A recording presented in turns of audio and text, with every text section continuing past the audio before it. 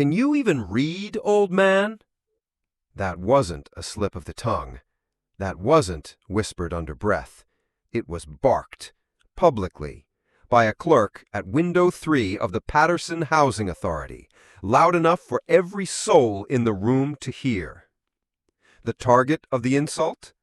A quiet, weathered black man with a folder pressed to his chest like it was holding the last piece of who he was. His name was Mr. Otis Franklin. He stood still, dressed in a clean but faded button-down shirt, iron slacks, and worn shoes that had walked more miles than the clerk had likely lived. He said nothing, just looked at the laminated sign behind the man's head that read, "Respect, dignity, service for all." The irony nearly made the room choke. The clerk kept going. "This form isn't for people like you. You can't just walk in and expect to be put at the top of the list because you dragged some trash in the army 50 years ago." People in the waiting area stiffened. Some looked away, others looked down, but no one said a word.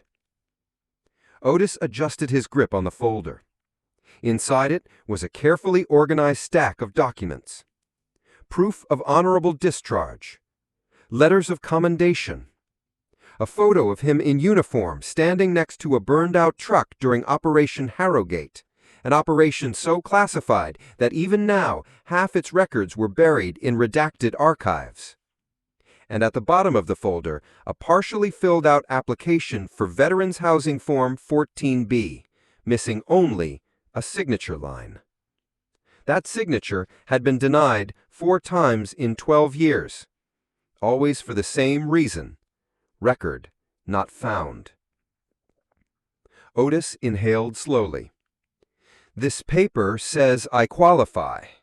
Your website says I do. I brought every document your office requested." The clerk smirked. "And yet here you are wasting both our time. Come back when you're a real vet, not someone who spent a war hiding behind a mess tent." That broke something. Not in Otis, but in the young woman standing 2 spots behind him.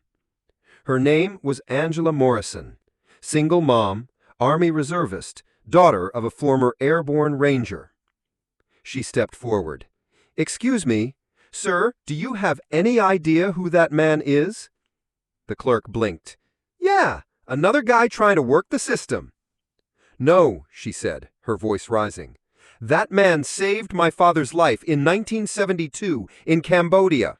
My father never talks about the war, but he does talk about the black truck driver who pulled him from a burning convoy under enemy fire. He never forgot his name, Otis Franklin." The room went still. Angela turned to Otis. "Sir, you said nothing all this time. Why?" Otis looked at her with eyes that had seen deserts, jungles, and the back of too many closed doors. "Because they taught us back then that survival was a privilege. Silence was the price." Later that day, the story made its way onto local news. Veteran denied services despite classified combat record.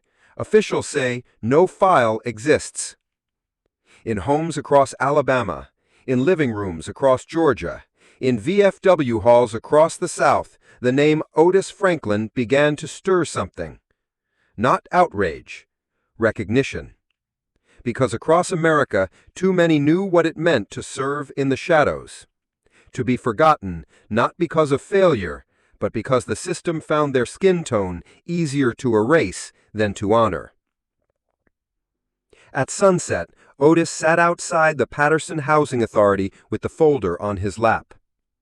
He didn't expect justice. He just wanted to sign his name.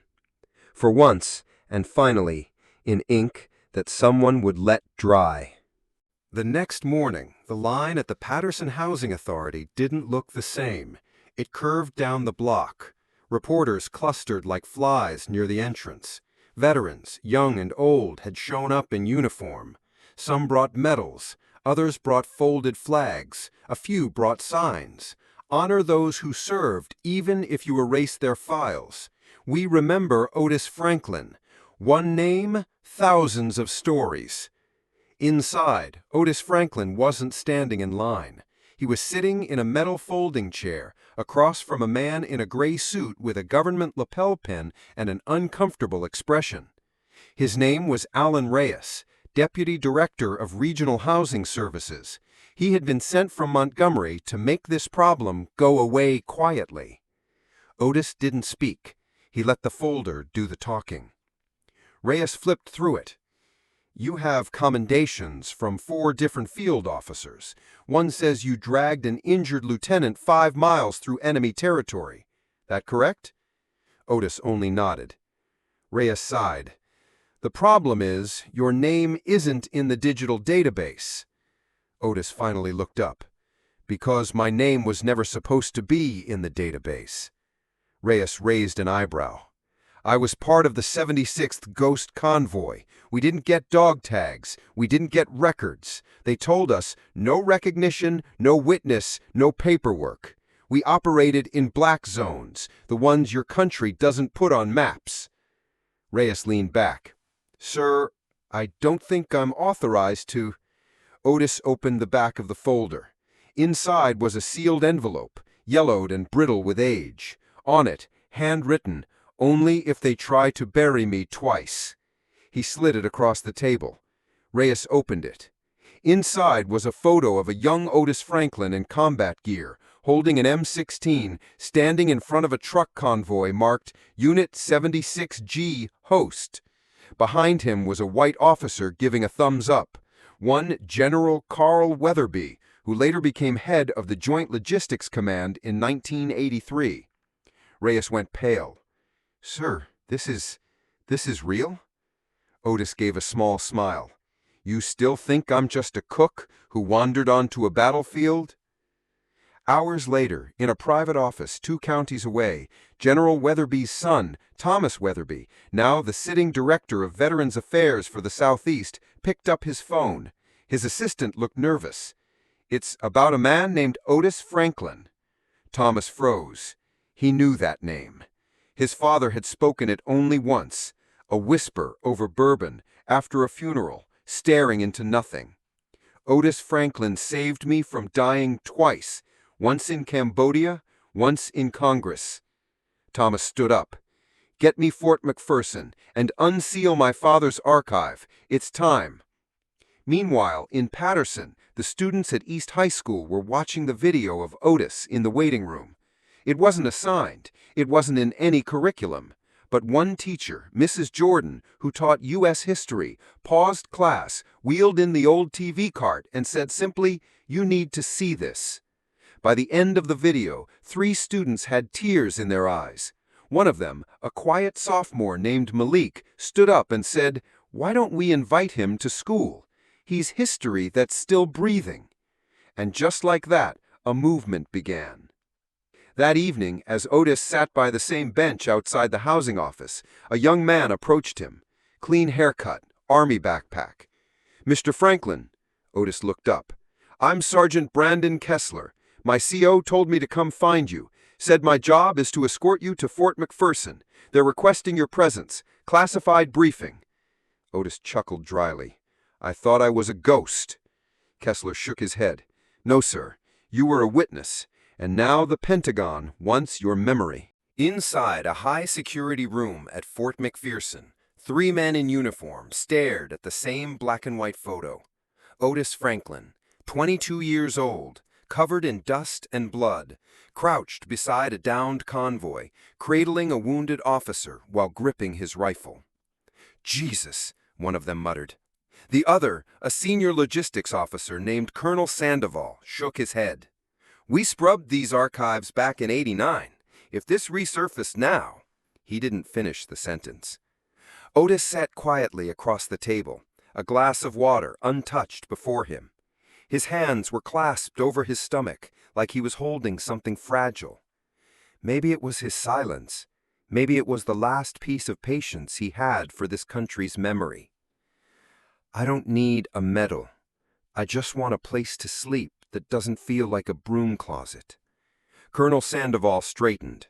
"Mr. Franklin, This isn't just about you anymore. When this story hit the wire, we started getting calls from families, dozens, men and women who served in shadow units, people whose records were purged or hidden. You lit a match. Otis closed his eyes. I didn't mean to. Sandoval leaned forward. That's why it matters. People believe you because you never asked for attention. You asked to sign a housing form. You asked to be seen. 3 states away, a dusty box was pulled from a basement storage unit in Alexandria, Virginia. Inside, mission debriefs, field photos, and a medal, a custom prototype medal. The Valor device was a short-lived concept medal for covert logistics units in Vietnam and Cambodia. The program was canceled before the medals could be officially issued. All known prototypes were ordered destroyed, except one. This one was labeled F-76/O Franklin, never awarded, never delivered, never recorded. 2 days later, Otis stood on the tarmac of Fort McPherson, surrounded by cameras, officers, civilians, and students from East High, all invited by Angela Morrison's quiet campaign.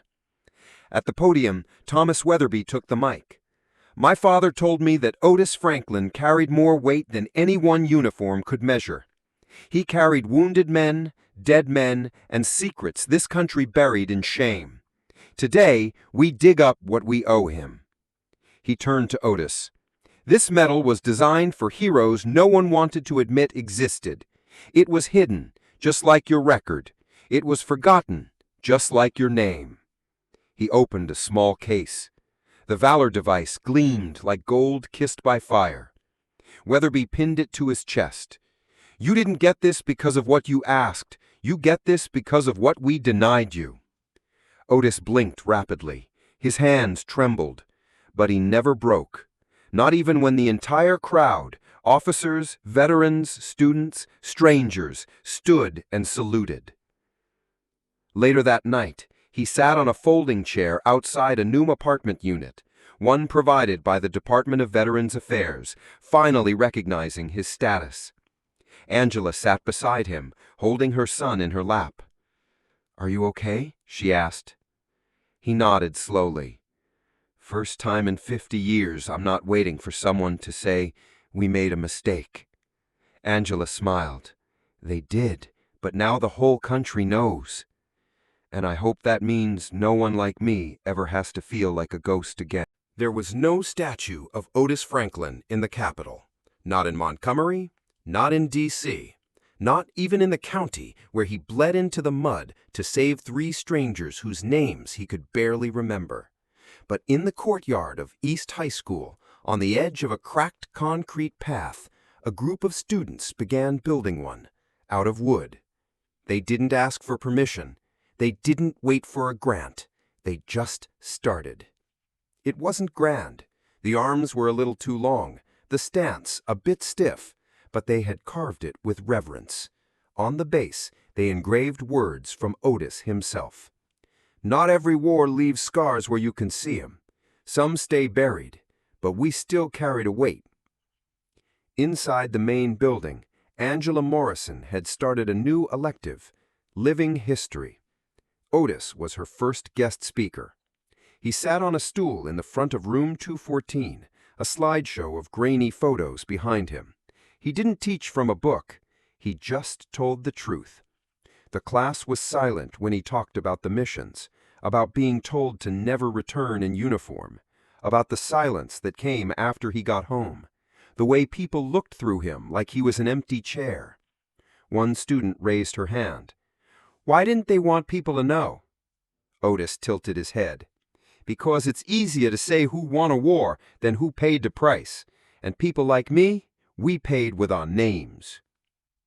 Across town, in a sleek state building with polished floors and modern art, Thomas Weatherby stood before the Board of Federal Veterans Affairs. He wasn't supposed to speak, just observe. But when the committee passed over Agenda Item 6, old claims, deceased, or non-verifiable, he stood up anyway. My name is Director Weatherby. My father commanded a man named Otis Franklin. That man was nearly evicted because your system doesn't recognize ghosts, but he was real enough to carry my father's body through a jungle under gunfire. So I'm here to propose a change." He dropped a folder on the table. "The Valor Archive, a national review of disavowed, purged, and redacted service files. And this time, no one gets to disappear." The room was still. Then a voice at the end said, "Seconded." A week later, Otis received a letter. Not email, not text, a letter. It came on White House stationery. The return address read, "Office of Presidential Correspondence." Inside was a note. "Mr. Franklin, we read your story. We see your service.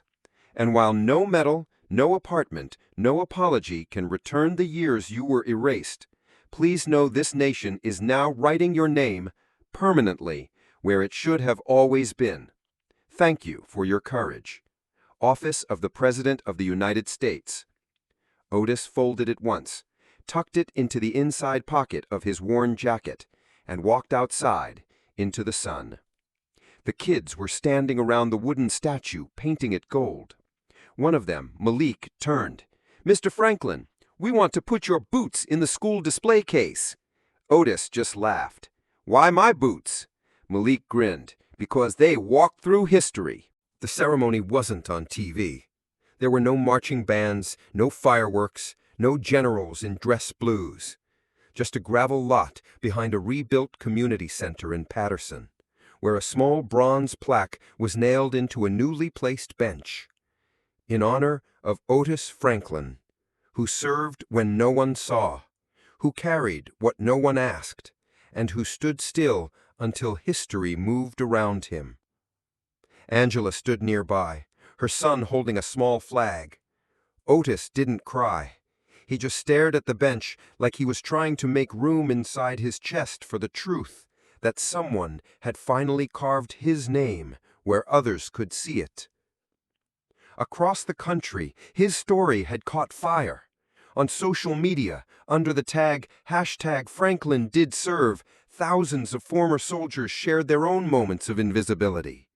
One showed his father's dog tags found in a box labeled "Misc Equipment."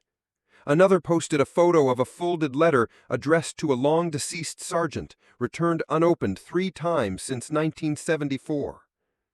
A Vietnam veteran wrote simply, "They told me my story didn't matter. Otis proved it does." Otis didn't tweet, didn't post, didn't share, but he read every message printed and mailed to his P.O. box, over 700 in 3 months. One envelope stood out. It was from a retired archivist who had spent 35 years cataloging classified missions for the Department of Defense. Inside was a simple note. "Dear Mr. Franklin, I'm sorry. I shredded a report with your name on it in 1987.